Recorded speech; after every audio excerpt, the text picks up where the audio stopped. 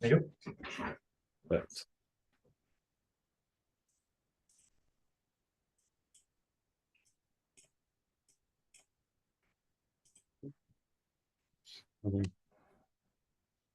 hey guys, thanks for joining on time and nice and early. We're just going to give everyone a few minutes to get sorted, and then we'll kick off. But if there's anything you want to ask us whilst we're sat waiting to kick off, stick it in the Q&A and we'll try and get to it. Go for it. Hi guys. Good morning. Patrick and I were just lamenting the Cup's vulnerability from earlier this week, wondering whether the sky was actually going to fall in on our heads or whether this was not quite as dangerous as we first thought. But Yeah, I think the cyber industry's there's a bit of a habit of ambulance chasing there because like everybody just mentioned, as soon as remote code execution and Linux are mentioned in the same sentence, it's like everybody just goes nuts. So, did you guys see? So I was just going to say, did you guys have many queries over at Rapid7 around that one? we had a few customers, jumping up and down and saying, "Have we been breached through this?" But I don't think we've actually seen it in the wild as yet. To be perfectly honest with you, Yeah. Yeah. is there any? Is it zero auth or is there still some authentication involved in it? Do you know?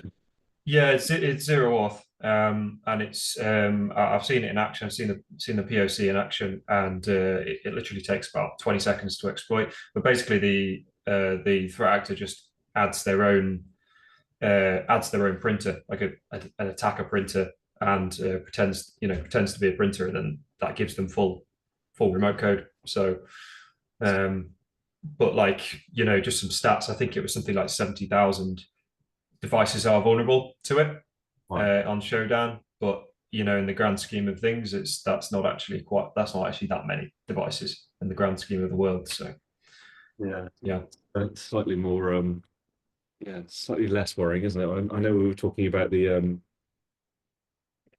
Paolo one going back a few months that everybody was up in arms about it, but it's that context, isn't it? And yes, it is a problem, but yeah.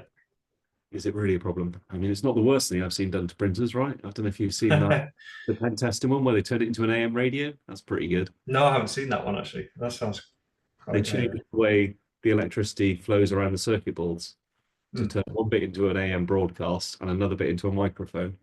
And then they outside the office building with an AM radio listening to the office inside. Worryingly, the guy at the end of it goes like, this is fun, but like realistically, you walk around with a microphone in your pocket anyway. I can just hack that. I don't need to turn a printer into a microphone. I was like, oh. Yeah. And most printers are probably sitting in the printing room. You're not going to hear much in there. So yeah. That made me feel good about the world. Right, that's a few minutes. We've got 24 attendees on now. Becky, is that enough for us to get started, or should we wait for a few more? Give them till 5 past. Yeah, we'll go for it. Excellent. Cool. You got control of my screen, yeah? I believe so. Let's see whether I can change slides or not. Yeah, I can. Perfect. Good stuff. So listen, thank you everyone for joining this morning. This session is being recorded. So if you've got any colleagues, friends, or anything we talk about on here you find interesting over the next sort of 45 minutes or so, feel free to forward the recording on once the guys at i360 have released it. I'm joined by Patrick today, and we will do some introductions in a moment, but we're effectively going to go over what we're seeing in the wild from an incident response point of view, and then talk about an example of kind of what's going on out there as well. From my point of view, good morning, everyone. I'm Ellis Fincham. I look after our XDR practice here for Rapid7 within EMEA. So I'm responsible for the tools that underlie the service, our detection response platform, as well as the people and process that we wrap around that. So hopefully you should have an idea of some stuff that's going on in the wild, and we get to see a few of your dirty laundry. But Patrick, do you want to introduce yourself? Yeah, cheers. So I'm Patrick Wragg, head of IR or incident response at i360. So been here about 4 years. Basically head up the retainer practice. So we have incident response retainers with a variety of our customers. And I've been doing IR for my sins for about 12 years. So yeah, lack of sleep but I'm used to it, so it's all good. It's a long time since someone's woken me up at 4 o'clock in the morning to go and fix something. Well, I I've got a 2-year-old as well, so it's not easy, but surprised you can yeah, even function, Patrick, man. But caffeine, yeah. yes, absolutely. So today we're going to talk about a few things, mainly the challenges that we're seeing in the wild. And I've got some data on kind of what we're seeing going on globally.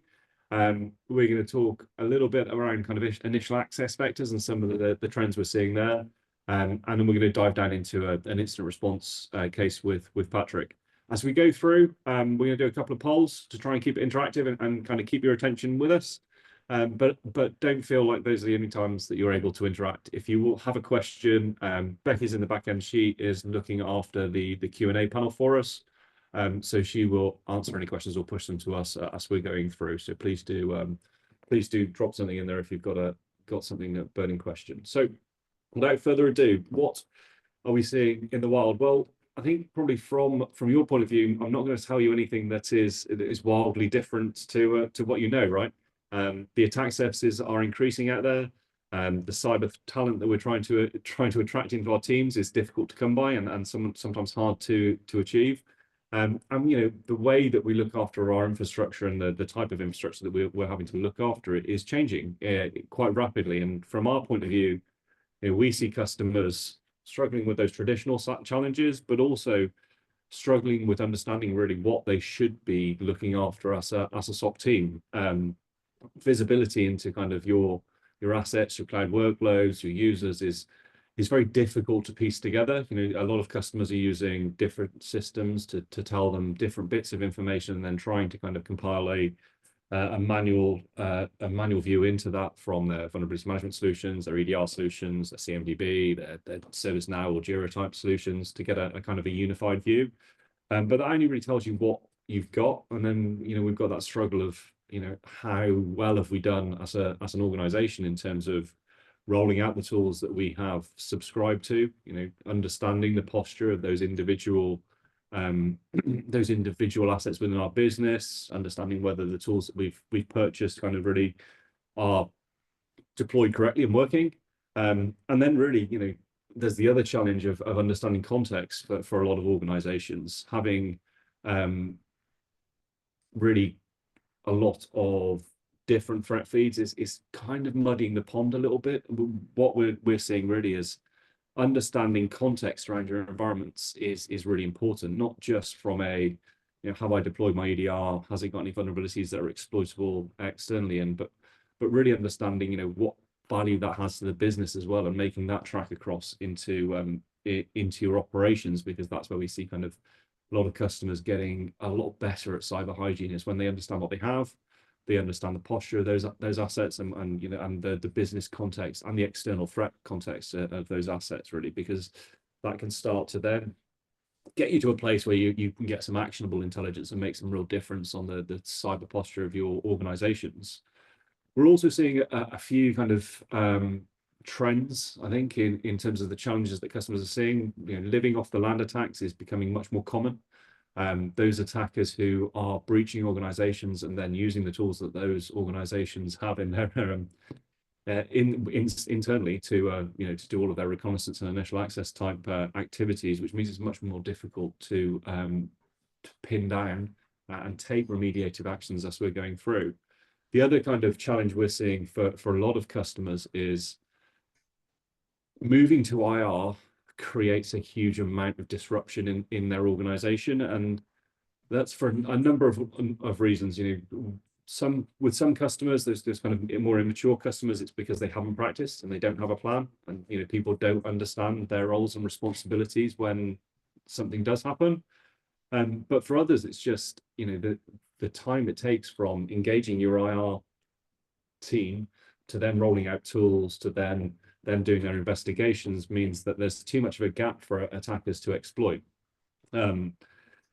Anytime that we leave, the doors open for attackers, we're allowing them to maintain persistence, and kind of within our SOC teams, we're seeing kind of an initial time from initial access to persistence of about 70 minutes, Patrick. I don't know if that's sort of similar Oh, to yeah, you.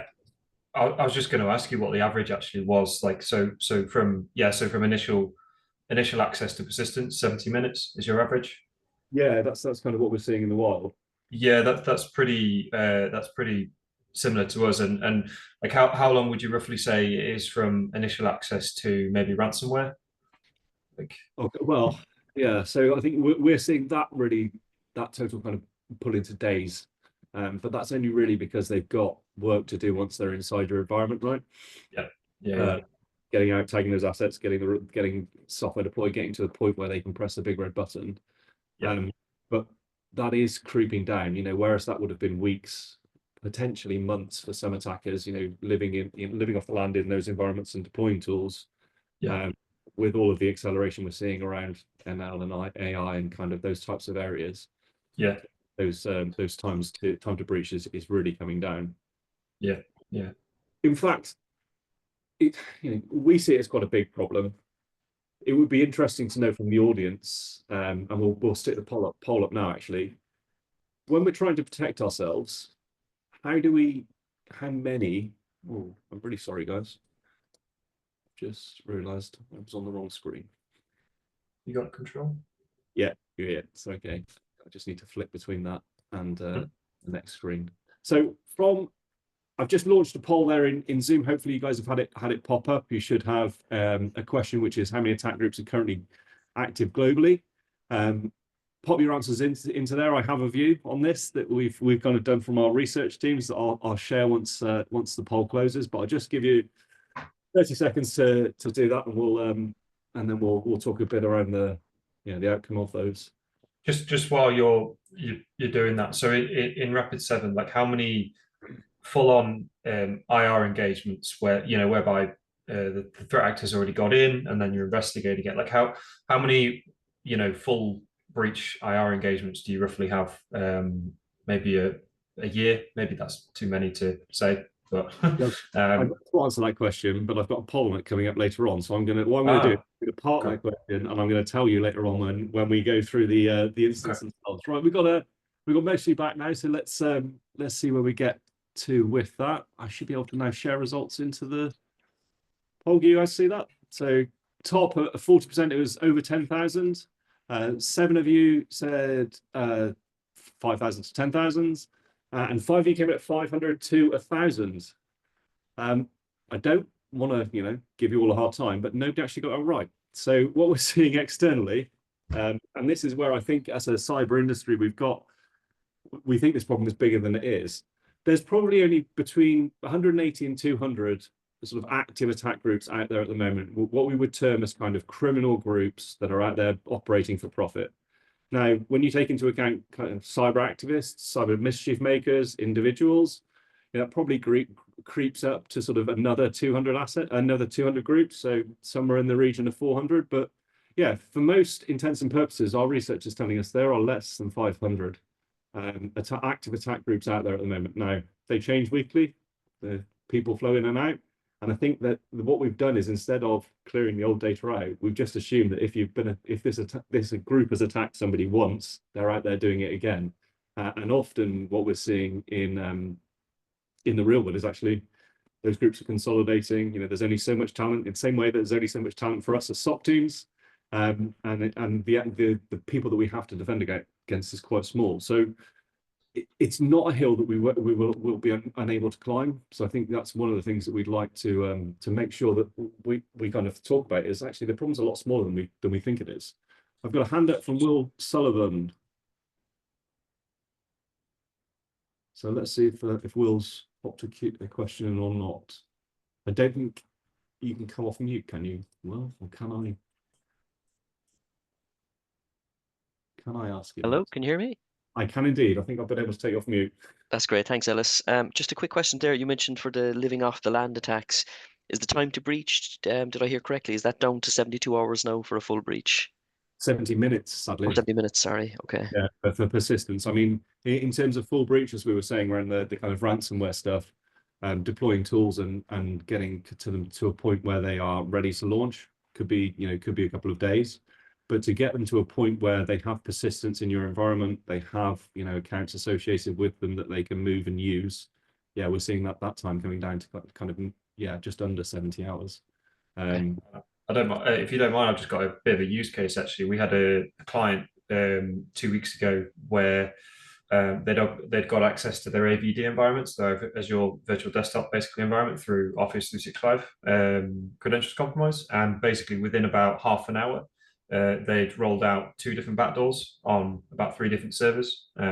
So yeah, really, the time is definitely shortening. So yeah. And I think, unfortunately for us, like, that kind of leads quite nicely into the next bit, which is the reality is it's getting worse now. Last year for us, from our research teams, we were looking at vulnerabilities, and across the industry, there were more vulnerabilities disclosed last year than any other year previous. I think it's somewhere in the region of 5,600 brand new CVs over the course of the year, which is a few a day, right? So just adding to that kind of vulnerability management problem. I think the kind of the hockey stick on this graph is probably a little bit related to the SEC ruling from a year or so ago, where they were asking the American firms to disclose their breaches within 72 hours.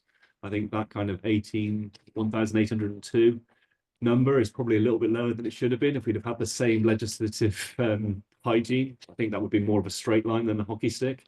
But it is, last year, regardless of how you measure it, we had more breaches than we were, and these breaches were direct cyber attacks. So we're not talking about spray and pray kind of attacks. We're talking about groups actively going out there and targeting organizations. It looks a bit off when you look at the kind of the individuals impacted line there, because obviously it peaks and then comes down when the line for attacks actually goes up.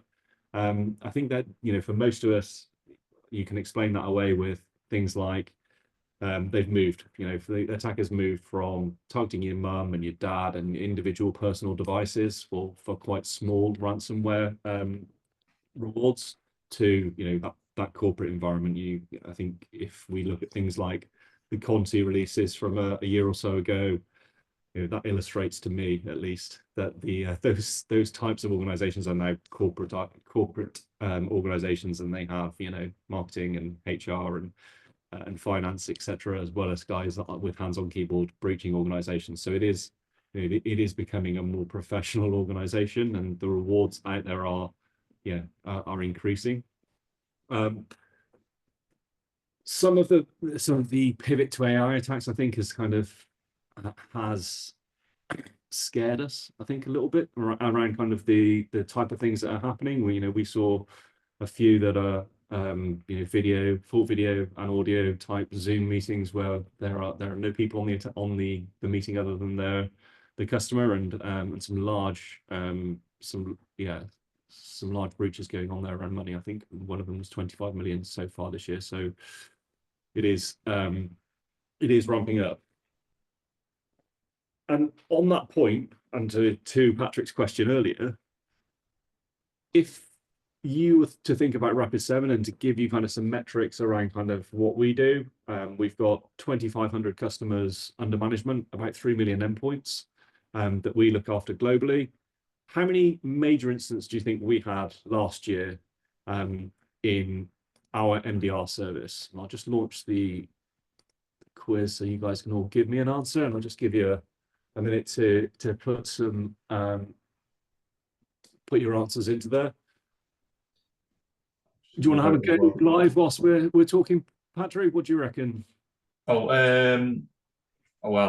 being in the business, I'd probably say over 1,000, but I don't know. I mean, I know last year was extremely busy, so I would say over 1,000, but let's see. Let's see where we get to. Right, we've got 22 responses in, so I shall end that poll and we'll share the results. So hopefully you guys can see that. So over 1,000, we had five of you responded over 1,000. 8 of you responded 500 to 1,000. 6 in the 100 to 500, and 4 in the 50 to 100. Congratulations to the 4 that are in the 50 to 100.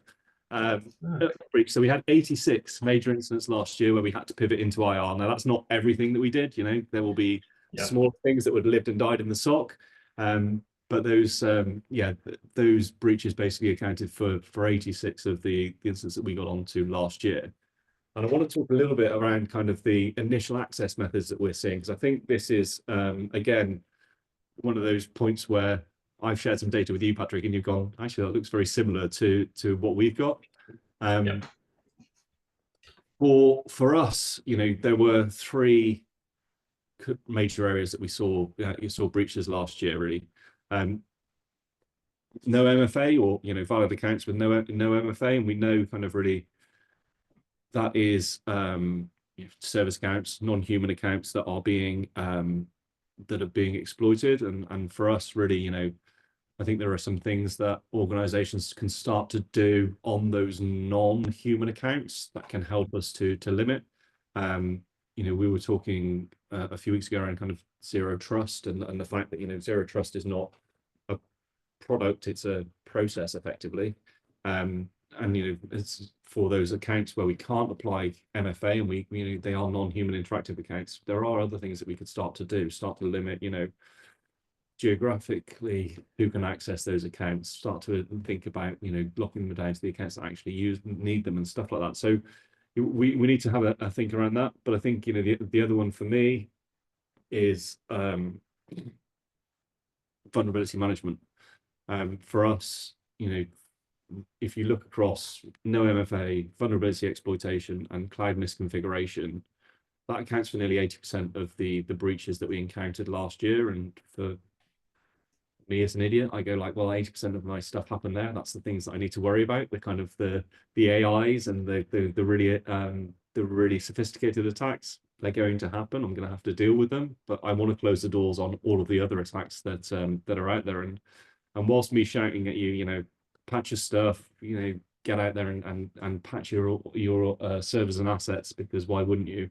Like, we all know that as businesses, that's actually quite difficult, because we don't have necessarily the visibility, the context, the posture of the assets that are in our organization easily to interpret. So that, for me, you know, it's a problem that we need to get better at. We need to get more sophisticated at solving it. We need to be more targeted in our approach in that, because from our experience and the things we're seeing on the dark web, you know, 0-day vulnerabilities, especially network edge 0-day vulnerabilities, are exchanging, you know, they're exchanging hands on the dark web for upwards of £75,000 a pop. So there's a huge incentive for the attackers to uncover these and share them. We need to, as organizations, get better at those kind of emergent threat type responses. So we were talking about cuts earlier, Patrick, and saying, right, it's not the end of the world. But I think, you know, for me, that emergent threat response for most organizations is something that doesn't really exist in a structured way. And I think, you know, we should start to look at, you know, when things are arriving, having an easy way of interrogating our organization to see what the risk is to us, so that we can at least give our business owners and our senior leadership teams kind of a bit of confidence that we are, hey, yeah, we understand the threat, we understand what our exposure to it is, and we can put together a plan to get well, rather than wildly starting at, you know, vulnerability 1 of a million and hoping to just kind of do it in a linear fashion. That said, Gartner have said that this problem is not going to get any better, I don't think. I think by 2026, they're saying 50% of our infrastructure will be unpatchable. So when we're talking about things that we are not in our control, third-party supply chain type infrastructure that we're unable to patch, cloud infrastructure and Kubernetes that may be slightly different in terms of its management. So we need to start thinking about not how do we patch everything, because sometimes even automated patching in those occasions is not going to work, and start thinking about how we layer that context and that posture on top of our organizations to make sure that if something does happen, we understand its impact for the most important things in our organization. couple of things happening. Phishing payloads continues to increase. I talked a little bit about the AI one we've seen over Zoom, but that's absolutely, that's more commonplace now. And then, they fixed all of the grammar and language issues in phishing payloads. They're much more sophisticated in terms of, the email addresses they're using and things like that. But even the content itself is being tied to individuals or organizational voices, so that it feels to you as a user much easier and much more realistic as a legitimate email. Cloud misconfigurations has made this is the first time that it's made it onto our initial access methods, but I expect that to grow over the next couple of years. Vulnerability management and cloud misconfigurations will become one and the same, right, in terms of initial access methods for most attackers. So we need to make sure that we're not building cloud infrastructure that looks like our on-premise infrastructure, because sometimes that looks a little bit mad. We've inherited it, we've had to grow it, etc. Let's make sure we're putting the processes in at the start with cloud infrastructure and cloud transformation, so that we can help our security colleagues to make better decisions. That is about it from me. I will pass back over to you, Patrick, but before I do, is there any comments from you on any of the things that I've spoken about around trends or initial access methods or anything like that? So just a quick one popped to mind on the cloud misconfiguration there. So because the move to cloud is obviously still ongoing, there's some companies that have completed it, some companies that haven't. But what we found is that there's a lot of companies that still have a hybrid environment. So they've got, half and half. So they've basically got 2 times the vulnerabilities. So it's and obviously the move over into cloud, some of these organizations have got systems like applications that are really old, and they still run on-prem. For example, we had a client who had an Microsoft Exchange server. This was the same one as 2 weeks ago I mentioned earlier, and they were literally just using it purely to manage their AD sync, so manage their Active Directory sync with Azure AD. They weren't actually using it for any Exchange, email activity, but it got compromised. So so that's on cloud misconfiguration.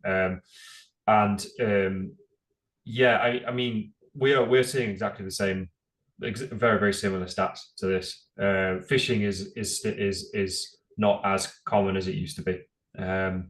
However, the phishing that we do see is quite successful, like you said, because of the AI aspect. Like, there's no more do you get the spelling mistakes, grammar mistakes and all that. It's gone now. So yeah.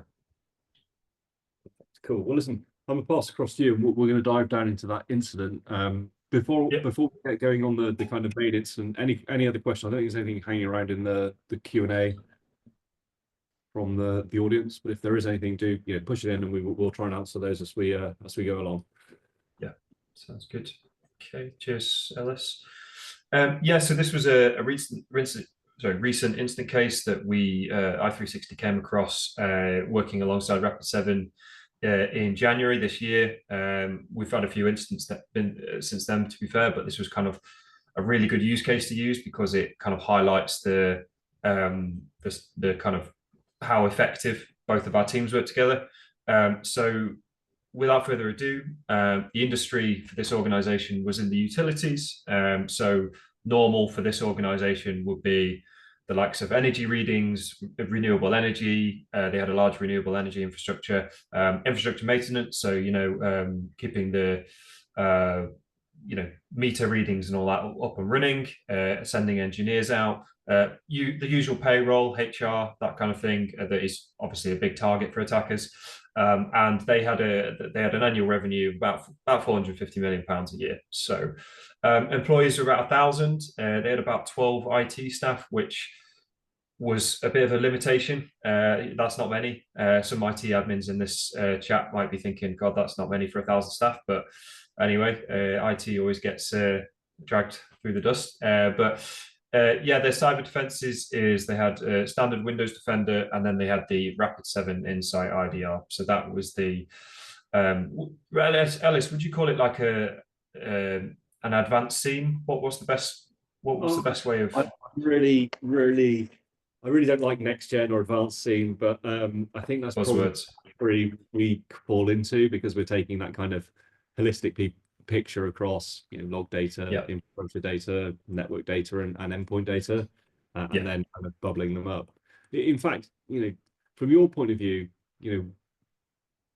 was Insight IDR helpful in this or a hindrance? Like, what was these guys having that in deployed? Well, you'll see when I go through the incident that it was help. I mean, one of my favorite things about it is the fact that it's kind of like Sysmon, it's event log Sysmon, but on steroids. So basically records absolutely all the telemetry that goes on a host.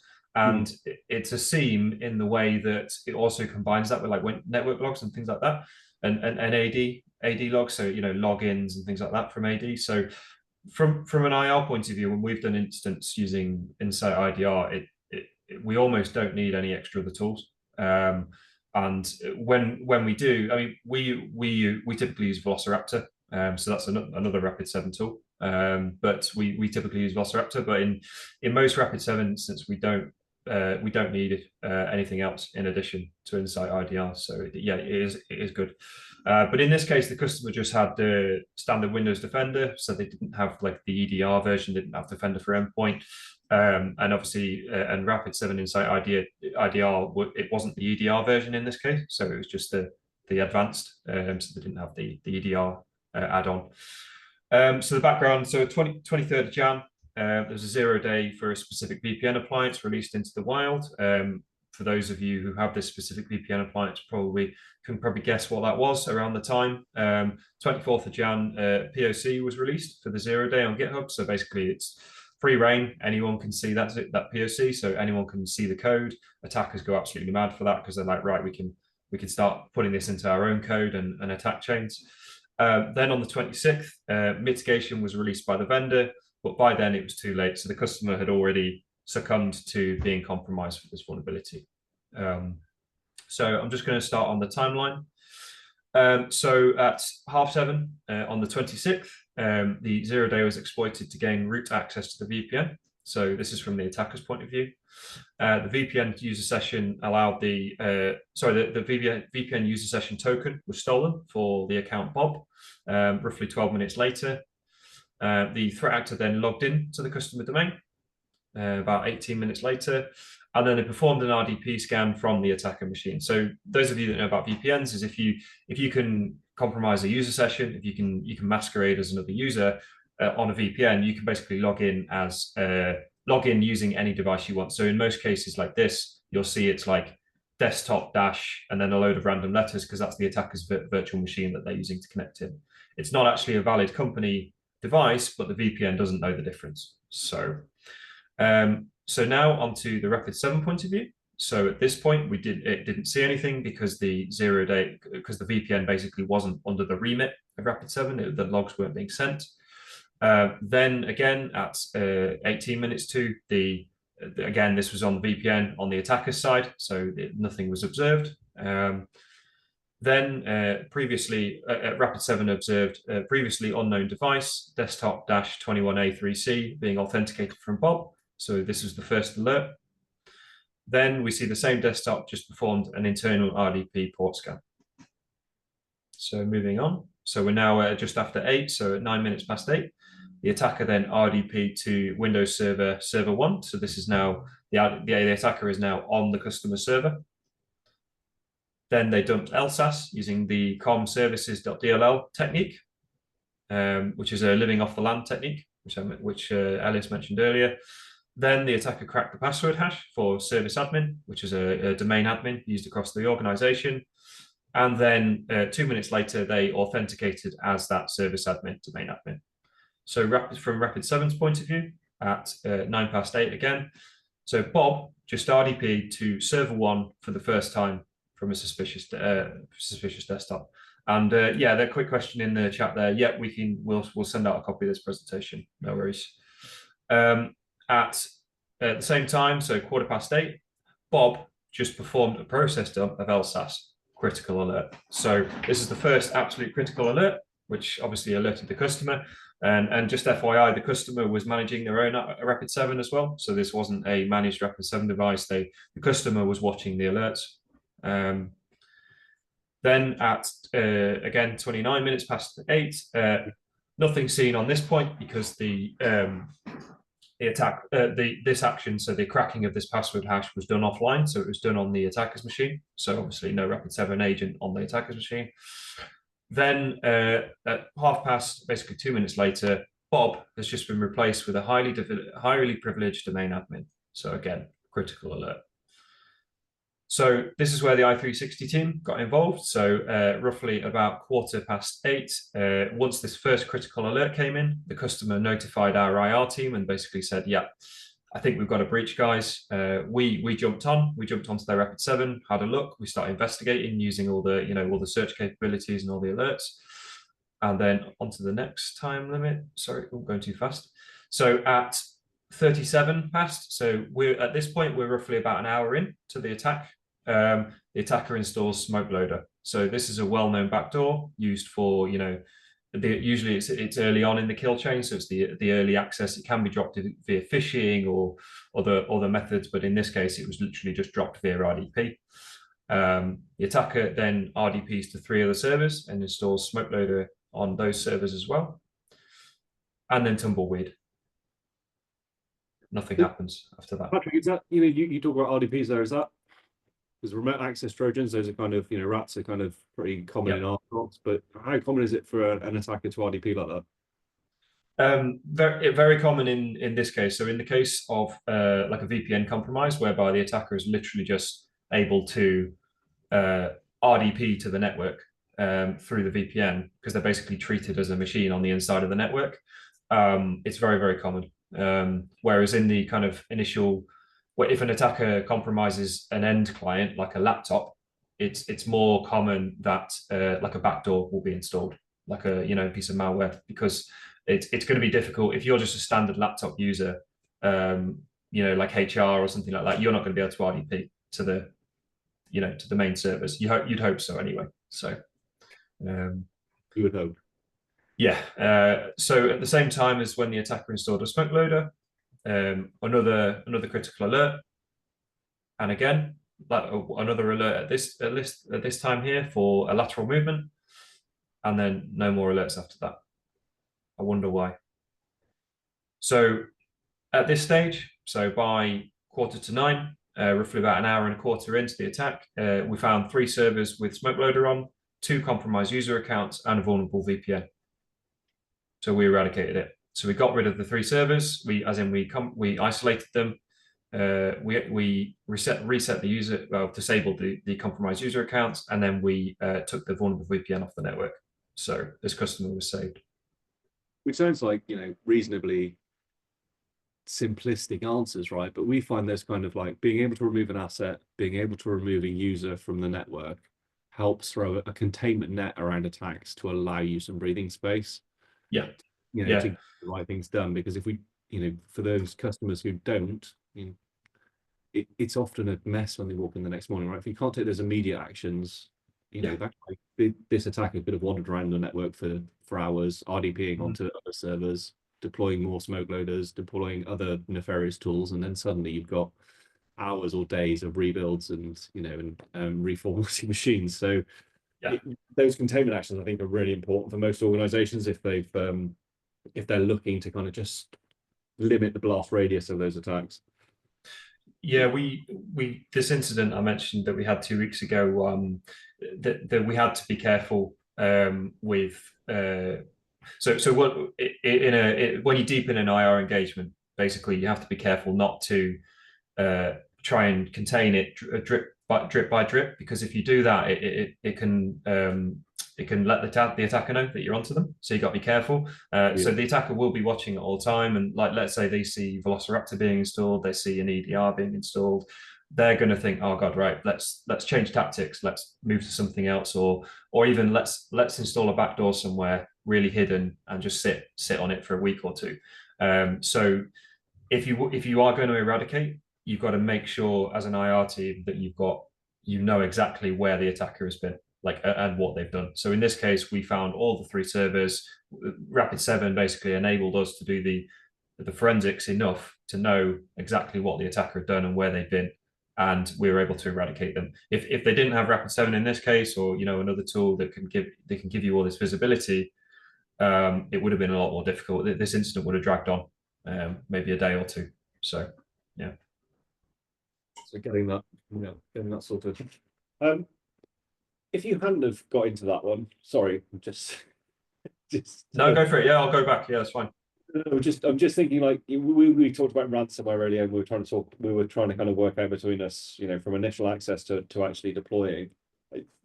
How far from a installation point of view and kind of and their kind of initial access point of view, how far away are they at this point from being able to do something like deploy ransomware within this environment?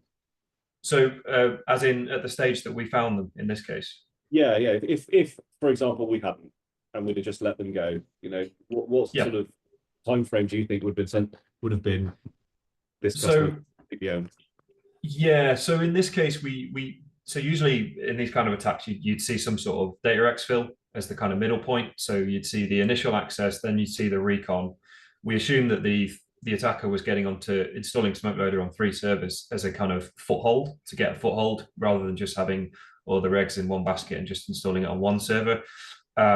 So typically you're looking at, I mean, it really varies and depends on what the attackers found and whether they think they're being caught or not.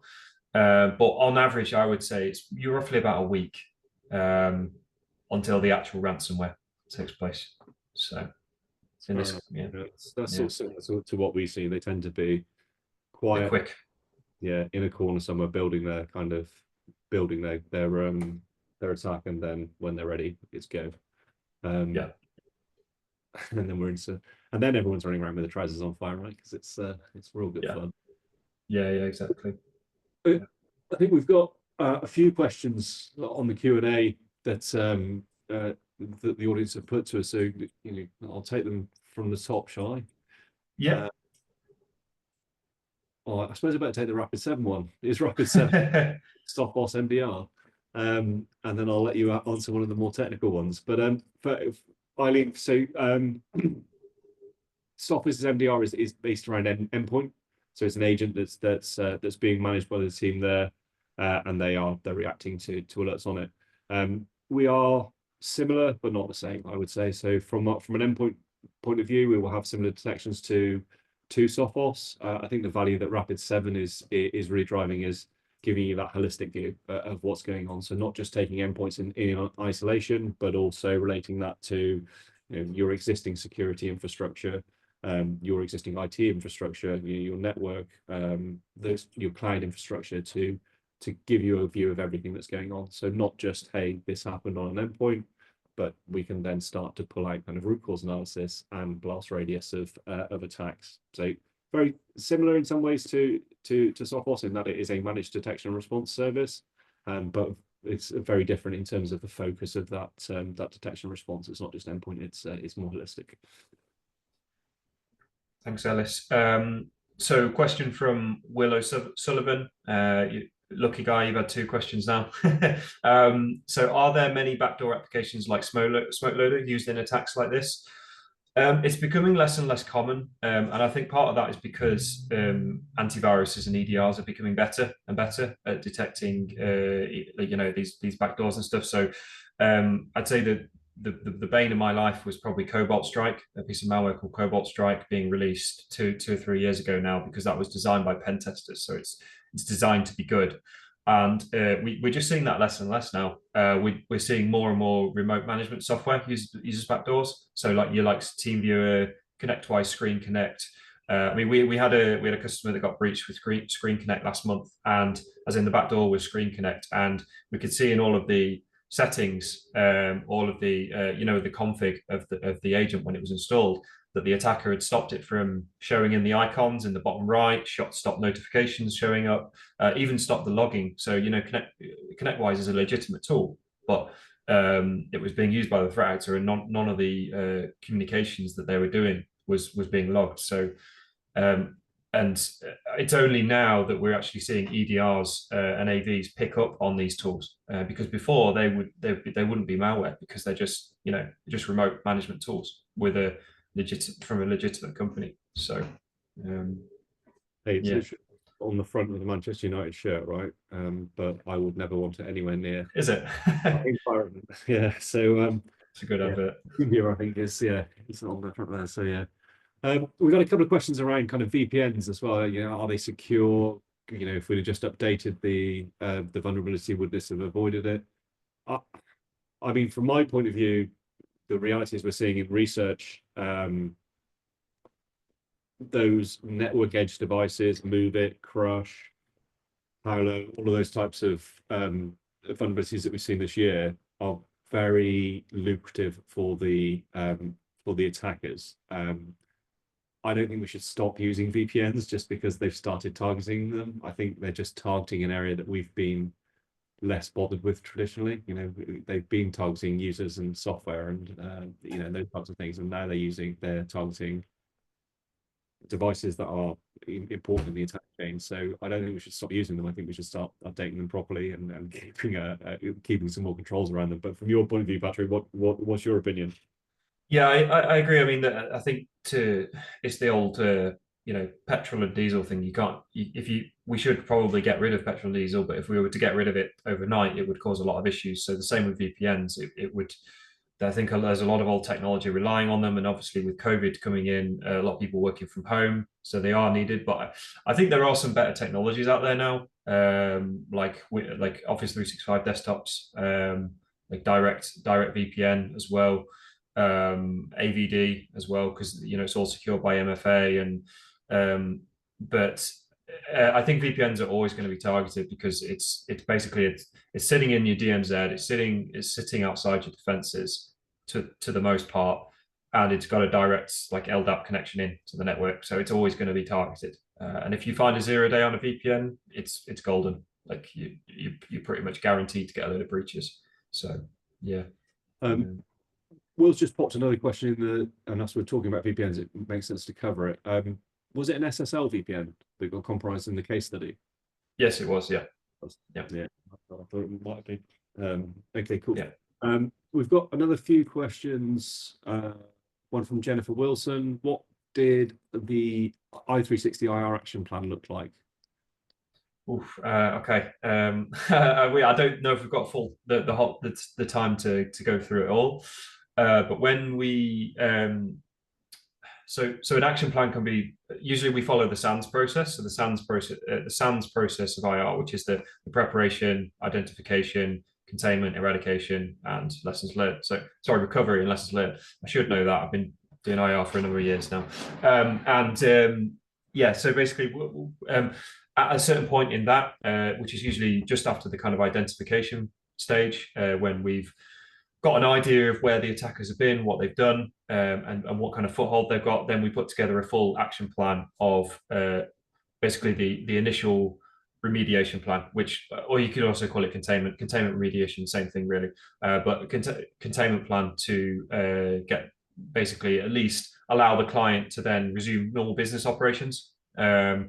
And then we'll look at eradication. So it's a multi-step process, and I'm sure I could probably spend a whole presentation on that. So, yeah, absolutely. And we've got one last one from PTE. Are the detection techniques currently used by the integrity SOC using EDRs such as Trellix? Now, I know from our point of view, pulling into IDR, we want all of that endpoint kind of data if we can get it. But are you guys doing anything specific in the integrity SOC that will be interesting for Peter? So Trellix is one of our EDRs. So we're quite agnostic in what EDRs we've got. I mean, the IR team also, we've got the ability to deploy a couple of EDRs. I say a couple. There's a few EDRs at will. So you know, if the client hasn't got anything. In terms of detection techniques, I mean, yeah, I mean, I don't really understand the question. When you say are these detection techniques, what do you think he means, Ellis? I think he's probably, so we talk about this a bit in the SOC as well. Like EDRs are useful, but 9 times out of 10 they've done the job we've asked them to do. So there's nothing kind of left for us as an IR team to go after. They've gone, hey, I've seen a file that I didn't like, so I've blocked it. And I go, thanks very much, EDR team. But that said, you know, sometimes in the log data there is stuff in there that's useful for kind of after the fact. we definitely want to use that telemetry as you know, to drive detections in the platform. But there is also an agent associated with the Insight IDR platform that we would prefer people to use, just because it gives us the telemetry in the formatted way that we like it. So it's things where having a dual agent sometimes can be a pain, but it gives you a better level of protection, right? Yeah. So I mean, EDRs, I would say if you have to prioritize any kind of tooling, like whether that's NDR, EDR, SIEM, all that kind of stuff, I would say at the very least you need something that can record telemetry on a host. So whether that's Rapid7's Insight IDR, or whether that's an EDR as well, just anything like a standard AV these days just isn't going to cut it. For it's one thing being able to detect something, is another thing being able to know to tell you the story around how it got there. Because we still have clients these days that come to us and say, yeah, it's all right, antivirus blocked it. But then you're like, well, how did it get on there? And they're like, oh, we don't know, but it blocked it. And you're like, oh, well, it's going to happen again, isn't it? So it's attack isn't so simple anymore. Attacks are like multi-staged. There's multiple different stages to each attack, and you've really got to find that initial access, and any EDRs and SIEMs and things like that give you what you need. So yeah, we used to call them advanced persistent threats, and now they're just threats, aren't they? Because they all look like that. It's not. Yeah, they all look like APT. Yeah, these days. Yeah. Stuff. All right. Well, listen, I think we are 5 minutes over, so apologies for those of you on the call that have need to drop off. Feel free. We won't be offended. That's it from us. Obviously this is recorded, so if anything that we've said today has been of useful, and you feel like you would like to revisit it, please let us know. Becky will be circulating the recording shortly, and if there's any kind of anything any questions that come out of it that you'd like to ask, please do follow up with us, and we'll try and answer them for you. Thanks again for your time, because I appreciate that you guys have taken an hour out of your day to come and listen to me and Patrick waffle on, and hopefully it was useful, and we'll see you again soon. Thanks for your time, guys. Cheers all.